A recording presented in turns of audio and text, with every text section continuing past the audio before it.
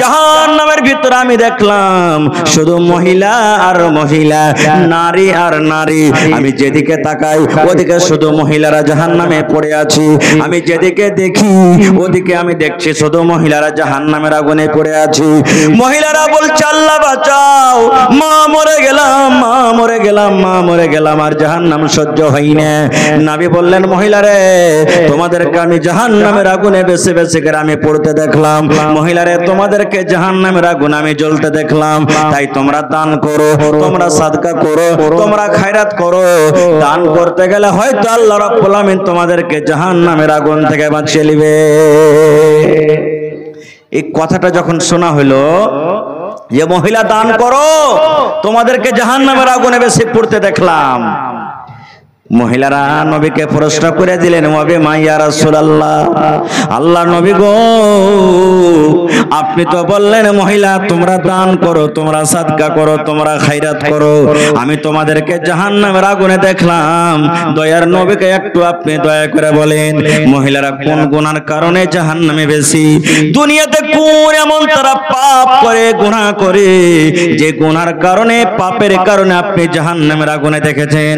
একটু দয়া করে বলেন মহিলারা কোন এমন পাপ করে, মহিলারা কোন এমন গুনাহ করে যে গুনাহকে আল্লাহ রাব্বুল আমিন নারাজ হয়ে মহিলারাকে জাহান্নামে দেয়? নবী বললেন মহিলা মাত্র তোমরা দুটা গুনার কারণে তোমরা জাহান্নামে যাও। এই দুটা গুনাহ তোমরা জীবনে বেশি বেশি করে করো, তোমাদের দ্বারাতে দুটা করে গুনাহ বেশি হয়ে যায়। এই দুটা গুনার কারণে আমি তোমাদেরকে জাহান্নামের আগুনে দেখলাম। কয়টা গুনাহ ভাই? জোরে বলেন কয়টা গুনাহ? এ মায়েরা গলারা দেখেন মাত্র দুটা গুনাহ।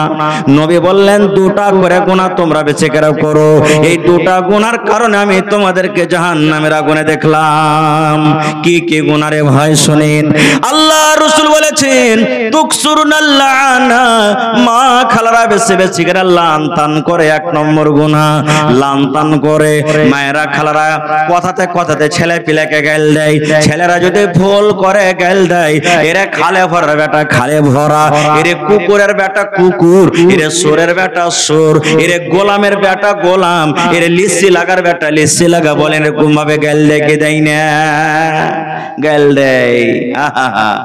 জালসা শুনছে, বাড়ি যাবে, বাড়ি যেতে মেঘে হয়তো কিছু বাহিরে আছে, ধান টান ভিজা গেল, কোন দিক থেকে মেঘ গেল, ধান ভিজা গেল, ভুট্টা ভিজা গেল, লিপাটি লাগা মেঘ, ইয়ার দিন মেঘ ঘন্টা হয়নি, আই দুটা ধান গালা মেলে দিয়েছে তো সবটি ধান ভুট্টাকে ভিজিয়ে দিলে।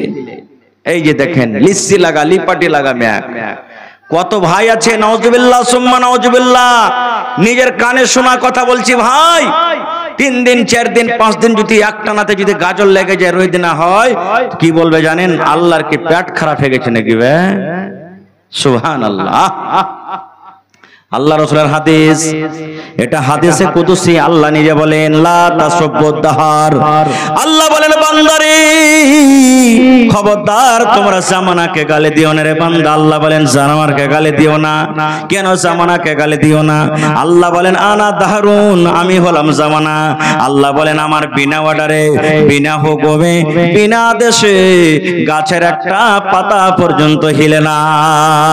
আল্লাহ বলেন বান্দারে তোমরা গাছে দেখো আম পেকে আছে রে বান্দা, আমটা পেকে আছে, আম ঝুলছে লাল হয়ে পেকে আছে, তোমরা মনে করছো আমটা পড়বে, এই আমটা পড়বে আমি খাবো, কিন্তু আল্লাহ বলেন বান্দারে আমি আল্লাহ রাব্বুল আমিন যতক্ষণ পর্যন্ত আদেশ না করব ততক্ষণ পর্যন্ত ওই গাছ থেকে আমটা কিন্তু পেকে ঝরবে না। আমি বাতাসকে বলবো বাতাস চল তাইলে চলবে, আমি মেঘকে বলবো মেঘ হয়ে যায় এখন বর্ষা যা তাহলে বর্ষিবে। আল্লাহ রাব্বুল আমিন বলেন আমার বিনা আদেশে বিনা হুকুমে গাছের একটা পাতা হিলে না। তাই তোমরা যদি মেঘকে গালি দাও, আল্লাহ বলেন আমাকে গালি দাও হলো। আল্লাহ বলেন বান্দা তোমরা যদি রোদকে গালি দাও আমাকে গালি দাও হলো, তোমরা যদি ঠান্ডাকে গালি দাও আমাকে গালি দাও হলো, তোমরা যদি বর্ষাকে গালি দাও আমাকে গালি দাও হলো। এই জন্য আল্লাহ বলেন খবরদার তোমরা জামানাকে গালি দিও না।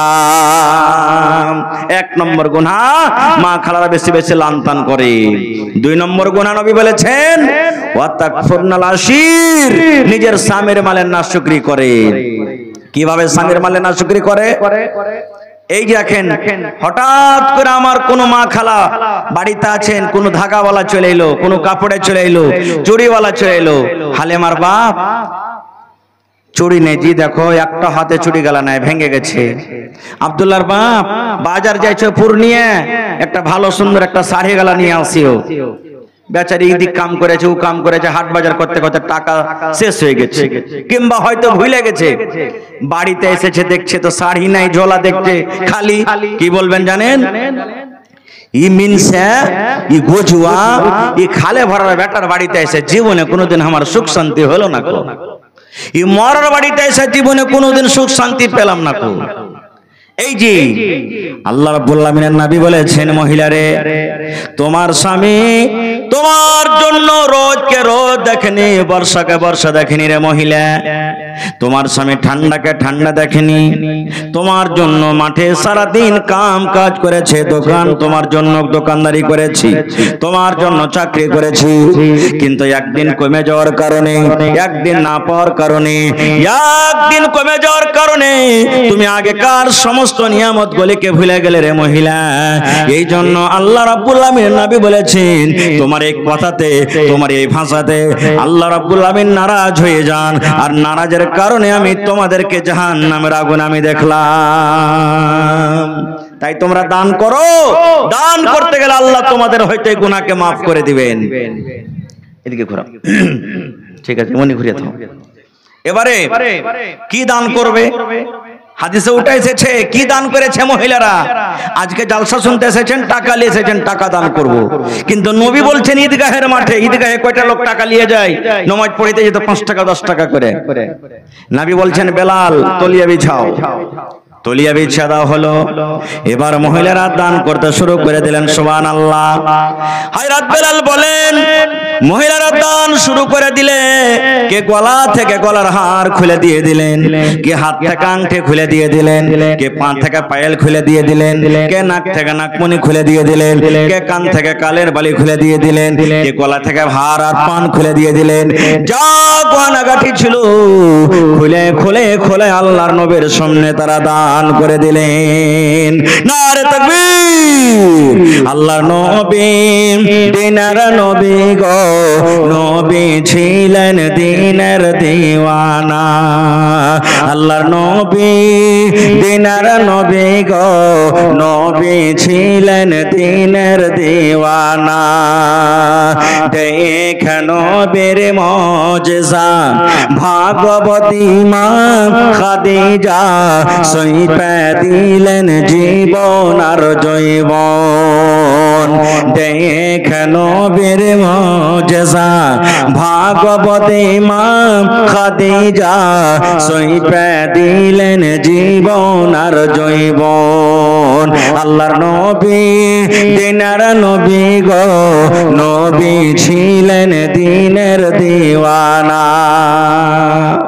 ভাই আমার, একটার মজাদার হাদিস আপনাদের সামনে বলবো, তারপর আমি বেশার দিকে আমি ঘুরে চলে আসবো। আল্লাহর নবীর কয়জন মেয়ে ছিলেন বলতে পারবেন আপনারা? আল্লাহ রাসূলের কয়জন মেয়ে ছিলেন?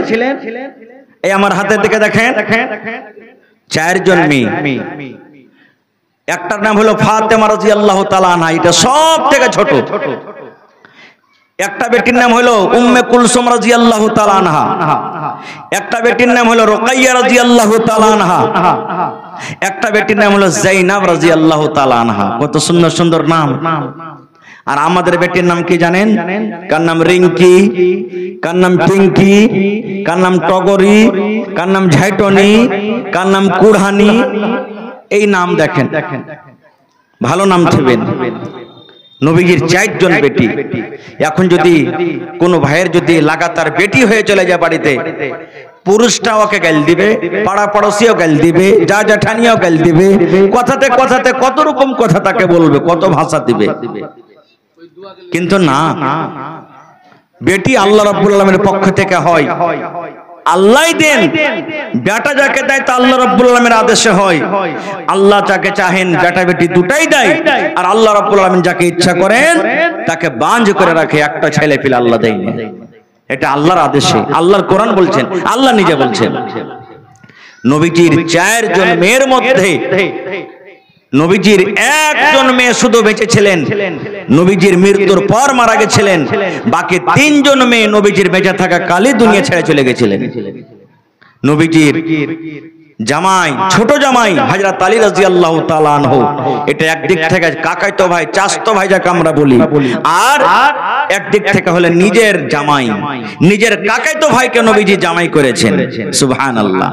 এখন যদি গ্রামের খালি চাচতো খালা, চাচতো ফুফু, চাচতো এরকম বেটি কেহ যদি হয়, চাচতো খালা হয়, গাঁ ঘরের কহে আসছে, আর যদি বিহার ইস্তা লাগে তো হেই ওকে সারা জীবন খালা কহেইনু, কেমন করে বিহা শাদী করব?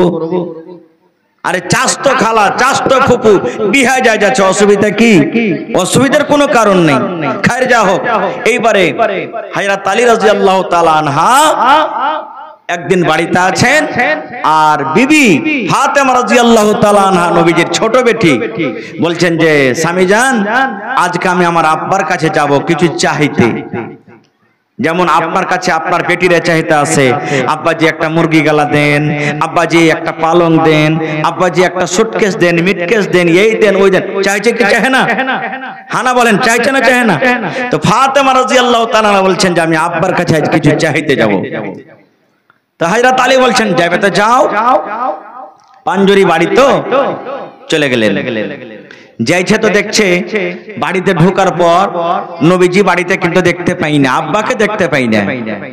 এবারে মা ফাতেমা রাদিয়াল্লাহু তাআলা আনহা মাকে বলছেন, নিজের মা যার পেট থেকে জন্ম নিয়েছিলেন মা খাদিজা রাদিয়াল্লাহু তাআলা আনহা, ও তো দুনিয়া থেকে চলে গেছেন নবীর বেঁচে থাকা কালে। যেটা বেঁচে আছেন এটা হলো সতার মা, মা আয়েশা রাদিয়াল্লাহু তাআলা আনহা বলছেন যে মা আব্বা কি বাড়িতে নেই?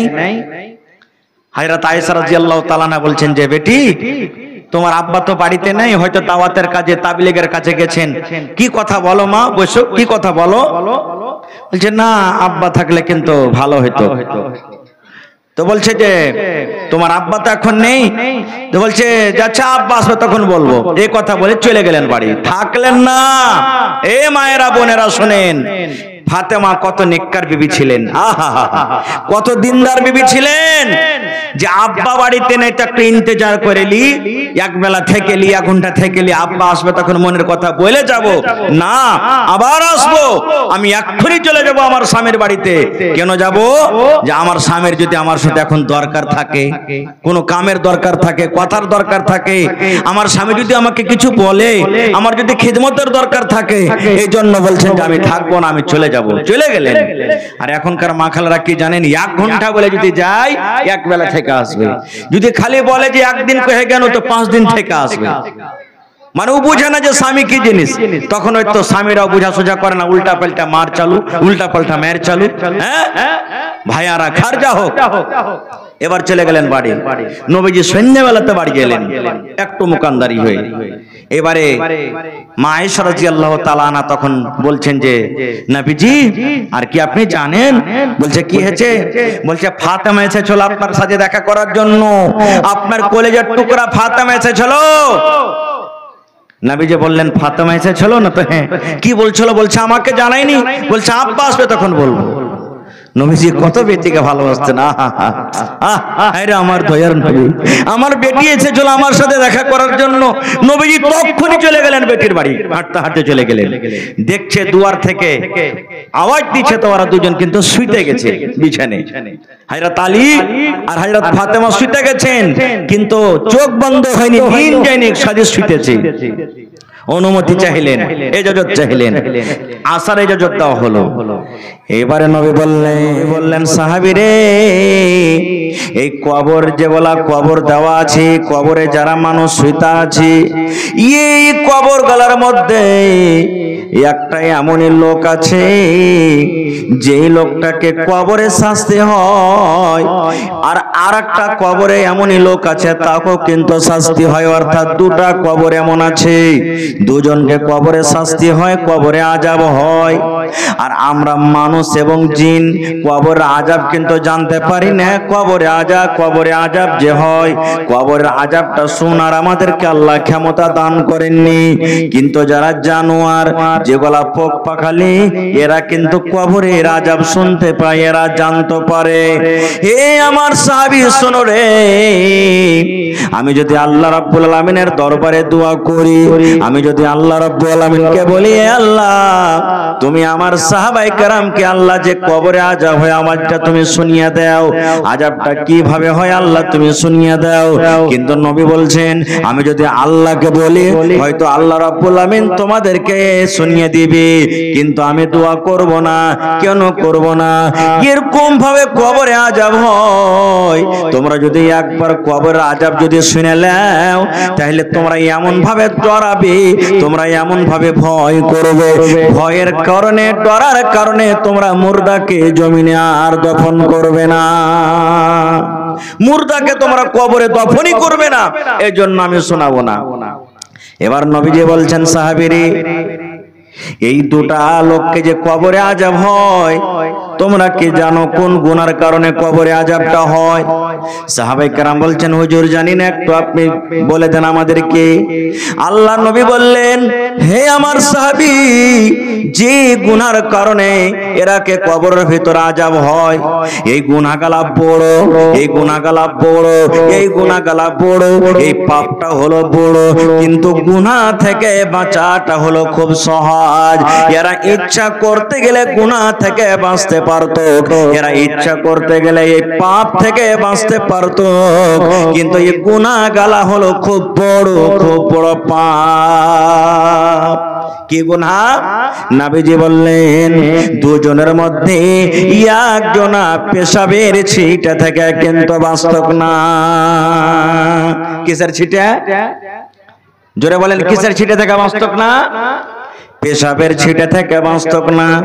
পেশাব করত, মাটি দেখত না যে কোন জায়গাতে মাটি আছে, কোন জায়গাতে পাথর আছে। যেমনই পেশাব করলো, পেশাব ছিটে ছিটে ছিটে ছিটে ছিটে নিজের পায়ে পড়তো, নিজের জামাতে পড়তো, লুঙ্গিতে পড়তো, পায়জামাতে ভরতো। পেশাবের ছিটে থেকে বাঁচত না।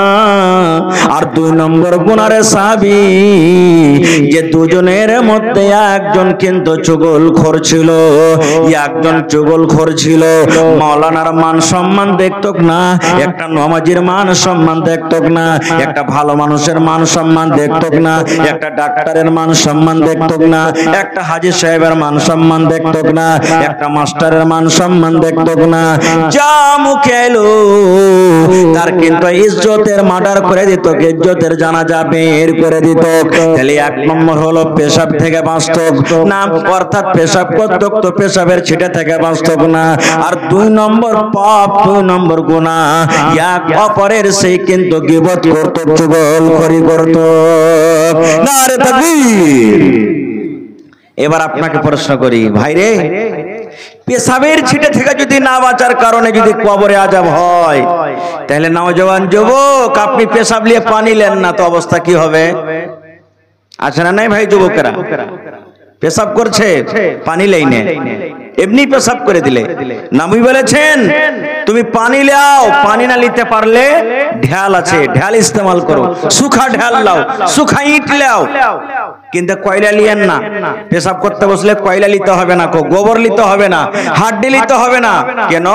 নবী বলেছেন যে কয়লা, গোবর, হাড্ডি হলো তোমারকে ভাই জিন যা আছে, জিন এরকে হলো খোরাক।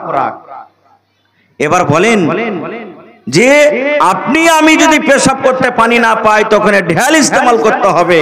আর আমি আপনি যে নিজের মনে পেশাব করছি, আর ওখানে ঢাল দূরের কথা, পানিও লিনে ঢালও লিনে, অবস্থা কি হইতে পারে? দুই নম্বর, চায়ের দোকানে বসে বসে, গলিতে বসে বসে, বাজারে চকে বসে বসে এক অপরের সব সময়তে আমরা যে গীবত করি। হবে ওই মুলবিটা যে ছিল এরকম ওরকম, এই তো শুরু হইলো, ওই লোকটা তো ভালো, খুবই 5 লাখ টাকা হজ করেছে, কিন্তু ওর একটা টাকা চুরুস আছে না, সব হারাম খেয়ে হজ করে যাবে, ওর কি হজ আল্লাহর কাছে কবুল হবে? এই যে শুরু হইলো, 4 দোকানে বসে গেছি, বড় বড় করে দাড়ি তো থিয়েছে, ভালো কথা, ওর থেকে কিন্তু ভালো আছে, নামাজ খানটাই পড়ি না কিন্তু ওর থেকে ভালো আছে। এই যে শুরু হয়ে গেল। একটা খুব সুন্দর মজার হাদিস শোনাচ্ছি। আহা, আল্লাহর রাসূল একদিন বসে আছেন, আর আল্লাহর নবীর পাঞ্জরে আল্লাহর নবীর স্ত্রী মা আয়েশা রাদিয়াল্লাহু তাআলা আনহা বসে আছেন, আর নবীজির আর একটা স্ত্রী সাফিয়া রাদিয়াল্লাহু তাআলা আনহা নবীর কাছে কিন্তু চলে আসছেন কোন দরকারে। নবীজির 11টা বিবি ছিলেন, 11টা। আমি আপনাকে আল্লাহ তাবারাক ওয়া তাআলা 4টার ইজাজত দিয়েছেন, 4টে নবীর জন্য এটা খাস ছিল। 4টা আমাকে আপনাকে একসাথে স্ত্রী বানিয়ে রাখতে পারবেন আপনি, কিন্তু এখনকার মানুষ যদি খালি সুবহানাল্লাহ 1টা থেকে 2টা 3টা হয়ে যায়, তাহলে কিন্তু ওকে আজেবাজে কথা বলবে। জি না, আল্লাহর কোরআন বলছেন যে তুমি 4টা পর্যন্ত বিয়ে করতে পারো, কিন্তু ইনসাফ বরাবর করে করতে হবে। এক চোখে সুরমা, এক চোখে কাজল দাও, একটাকে ভালো দিছো ইজ্জত সম্মান আদর করছো, আর একটাকে করো না। রাসূল বলছেন তাহলে তুমি একটাই বিয়ে করো, তোমার লেগে 2টা 3টার দরকার নাই, না হলে কিয়ামতের দিন ঘাড় খানটা কুজা হয়ে যাবে আর আল্লাহর সামনে যাবে। আল্লাহ বলবেন কিয়ামতের দিন লোকেরা বলবে দেখ আর 2টা 3টা স্ত্রী ছিল, একটাকে খুব ভালো ভালো মিষ্টি খাওয়ালছে, ভালো ভালো কাপড় দিয়েছে, তেল কাজল দিয়েছে, ঠোঁট পালিশ দিয়েছে, নখ পালিশ দিয়েছে, সব দিয়েছে, আর একটাকে ভালো করে দেয়নি, তাহলে এবার ঘাড় খানটা টেঁড়া হয়ে গেছে। হাদিসের কথা। তো ভাই আমার, আল্লাহ রাসূল সাল্লাল্লাহু আলাইহি সাল্লাম বসে আছেন, নবীর স্ত্রী মা আয়েশা রাদিয়াল্লাহু তাআলা আনহা বসে আছেন, আর আরেকটা নবীর স্ত্রী নবীর কাছে চলে আসছেন। এবারে মা আয়েশা কি বলছেন জানেন? নবীকে ইশারা করছেন, হুজুর হুজুর। নবীজি বলছেন কি হয়েছে? এই দেখেন আপনার স্ত্রী সাফিয়া, দেখেন নাটি চলে আসছে আপনার কাছ থেকে, আপনার কাছে নাটি আসছে, বাঁঠি আসছে। শুধু সাইজে নাটি ছিলেন, একটু খাটো ছিলেন, তো কি বলছেন নিজের স্বামীকে, দেখেন আপনার স্ত্রী নাটি চলে আসছে। যেমনই কথাটা বলা, সুবহানাল্লাহ, এই নাটি এবং বাঁঠি কথাটা নবী যখন শুনলেন কত রাখলেন জানেন? ওরে সুবহানাল্লাহ, মা আয়েশা রাদিয়াল্লাহু তাআলা আনহার কথা শুনে নবী আমার রেগে গেলেন, এমন রেগে গেলেন বন্ধুরে, নবীর আমার চোখ কিন্তু লাল হয়ে গেল। নবী আমার রেগে গেলেন যে একজন বিবি আর একজন বিবির কথা বলছেন, নাটি আপনার কাছে চলে আসছে, বাঁঠি আপনার কাছে চলে আসছে। এবার নবীজি আয়েশাকে বলছেন, আয়েশা তুমি একটা লোককে নাটি এবং বাঁঠি বলেছ রে বিবি, তবে জেনে রাখো যারা নাটি ওরা হলো আল্লাহর তৈরি, আল্লাহ রাব্বুল আমিন তাদেরকে বানালছেন। আর যারা লম্বা ওরাও আল্লাহর তৈরি, যারা ধলো ওরাও আল্লাহর তৈরি, যারা কালো ওরাও আল্লাহর তৈরি, যারা মোটা ওরাও আল্লাহর তৈরি, যারা পাতলা ওরাও আল্লাহর তৈরি। আয়েশা, এই নাটা এবং পাঠা কথাটা এমন খারাপ, আল্লাহ রাব্বুল আমিন এই কথাটাকে এমন খারাপ মনে করেন, আল্লাহ রাব্বুল আমিন এই কথাটাকে এমন খারাপ মনে করেন। তুমি যদি নাটা এবং বাঁধা কথাটাকে ধরে একটা সমুদ্রে ছেড়ে দাও, একটা নদীতে যদি ছেড়ে দাও, এই কথাটা আল্লাহ রাব্বুল আমিনের কাছে এত খারাপ, গোটা সমুদ্রের পানি, গোটা নদীর পানি নোংরা হয়ে যাবে, দুর্গন্ধ হয়ে যাবে। দুর্গন্ধের কারণে সমুদ্রের পানি কিন্তু পান করা যাবে না। সুবহানাল্লাহ। রাসূল বলছেন, আয়েশা তোমার এই কথাটাকে ধরে, নাটা বাঁধা কথাটাকে ধরে যদি সমুদ্রে ছেড়ে দেওয়া হয়, গোটা সমুদ্রের পানি খারাপ হয়ে যাবে, এমন খারাপ হবে যে পানিটা পান করা যাবে না। এত খারাপ কথাটা। এবার বলেন, শুধু নাটা এবং বাঁধা কথাটা যদি এত খারাপ হয়, তাহলে এক অপরের রাত দিন যে আমরা ইজ্জতের মার্ডার করছি, তাহলে অবস্থাটা কিয়ামতের দিন কি হবে? কোন মা খালা যদি কালো হয় আর কোন মা খালা যদি ধলো হয়, তো কথাতে কথাতে যদি যায় ঝগড়া হয়, পাড়া পড়শির ঝগড়া হয়, কি কইবে? কালো নি, কলটি, কানে খোসানি, মুনি খোসানি, ঢেলা বাহানি, এইরকম ভাবে কত যে গাল দিবার কইবে, তো সেটা আল্লাহ জানছে। এ কাইলা মাগি এ মেয়ের একটা এরকম ভাবে গাল দিবে। কত মা খালা এমন আছে নিজের শাশুড়ির আয়েব বয়ান করবে, 4জন 5জন মা খালা বসে যাবে একসাথে, নিজের শাশুড়ির আয়েব বয়ান করবে। আর কই জানা বাবু, হ্যাঁ আমার শাশুড়ি খুবই খাইসাল নি বাবু রে, এখন তো আল্লাহর রহমতে বাড়িতে বাড়িতে লেটরিন হয়েছে। আগে 5 জন 10 জন করে চলেই তো মা খালারা পায়খানা করতে, আর পায়খানা করতে গিয়ে নিজের স্বামীর কথা বলতো, দেওয়ারের কথা বলতো, বেটার কথা বলতো, শাশুড়ির কথা বলতো। ঝাড়া কি ফিরবে, পেট খোলা সকারে বাড়িতে আসতো না? তাই কই বলছেন 5-7 বিবি মিলা পায়খানাতে গিয়া, 5-7 বিবি মিলা পায়খানাতে গিয়া, পাশাপাশি বসে তারা মজলিসে করিয়া, তারপর কহি যাই আপনার কাহিনী, কি কি বুবু রান্না করলে বলো দেখে শুনি। কেউ বলে ডাল খাটা কলা মুলোই উল, আর কেউ বলে ডাল খাটা ভেজেছে পটল। এই যে দেখেন আল্লাহ রসুলের জামানাতে, ওরে সুবহানাল্লাহ, আল্লাহর নবীর জামানাতে নবীজি আমার ঈদের কিংবা বকরিদের নামাজ পড়ার জন্য গিয়েছিলেন। ঈদের নামাজ আপনারা কোথায় পড়ছেন? এটা ঈদগাহ তাও নাকি? মাশাআল্লাহ, দেখেন এটা হলো মসজিদের ফিল্ড, এটা হলো ঈদগাহের ফিল্ড, এটা হলো মাদ্রাসার ফিল্ড। কত নসিব আল্লাহ আপনারা জি, সুবহানাল্লাহ। এখানে নামাজিরা আসবে, এখানে কোরআন পড়নেওয়ালারাও আসবে, সুবহানাল্লাহ। কত আপনারা খুশনসিব। আল্লাহ রাসূলের জামানাতে নবীজি ঈদের কিংবা বকরিদের নামাজ পড়ার জন্য ঈদগাহে গেছেন। নামাজে ঈদ বকরিদে আগে খুতবা না আগে নামাজ? জোরে বলেন। ঈদ বকরিদে আগে নামাজ না আগে খুতবা? জোরে কইবেন না? আগে নামাজ হয় না আগে খুতবা হয়? মাশাআল্লাহ, আগে নামাজ পড়ে, আর জুমাতে আগে পরে নামাজ। আল্লাহ রাসূলের জামানাতে ম্যাক ছিল না। আজকে যেমন জালসা করেছেন, মা খালারা ওখানে বসে আছেন, ওয়াজ শুনছেন, আপনারা এখানে শুনছেন। মুখে ওয়াজ করতেন নবীজি, আর আপনারা জানছেন যে ম্যাক আর মুখে তো পার্থক্য আছে। পিছন দিকে মহিলারা কাতার লাগিয়ে বসে আছেন নামাজ টামাজ পড়ে, আর আগের দিকে পুরুষের কাতার, পুরুষের দল। মহিলারাও নামাজ পড়তে যেতেন। আপনারা মহিলারাকে কোনটা নামাজের জায়গা দিচ্ছেন? ঈদ বকরিদের? মাশাআল্লাহ মাশাআল্লাহ, যাক কত সুন্নাতের প্রতি আপনারা আমল করছেন। আল্লাহুস সামাদ, ভালো খুশির খবর এটা। এবারে নবীজি বেলালকে বলছেন, বেলাল আমার আওয়াজ কিন্তু মহিলাদের কাছে পৌঁছে না, উঠো চলো ওখানে একটু কিছু বলবো ওরাকে জি। এবার নবীজি বেলালকে সাথে নিলেন, আর নিয়ে হাঁটতে হাঁটতে কাতারকে চিরে চিরে, সাফ লাইনকে চিরে চিরে চিরে চলে গেলেন। যাওয়ার পর নবীজি স্পেশাল মহিলাদেরকে ঈদের দিন কিংবা বকরিদের দিন ওয়াজ করেছেন। কি ওয়াজ জানেন? ইয়া মাশারান নিসাই তাসাদ্দাকনা ফাইন্নী উরিতুকুন্না আকসারাহালিন নার। আল্লাহর নবী ওয়াজ শুরু করে দিলেন, ইয়া মাশারান নিসাই, হে মহিলার দল, হে নারীর দল, তাসাদ্দাকনা, তোমরা দান করো, তোমরা সাদকা করো। নবী বলেছেন মহিলারে তোমরা দান করো, তোমরা সাদকা করো, তোমরা দান করো। কেন তোমরা দান করো?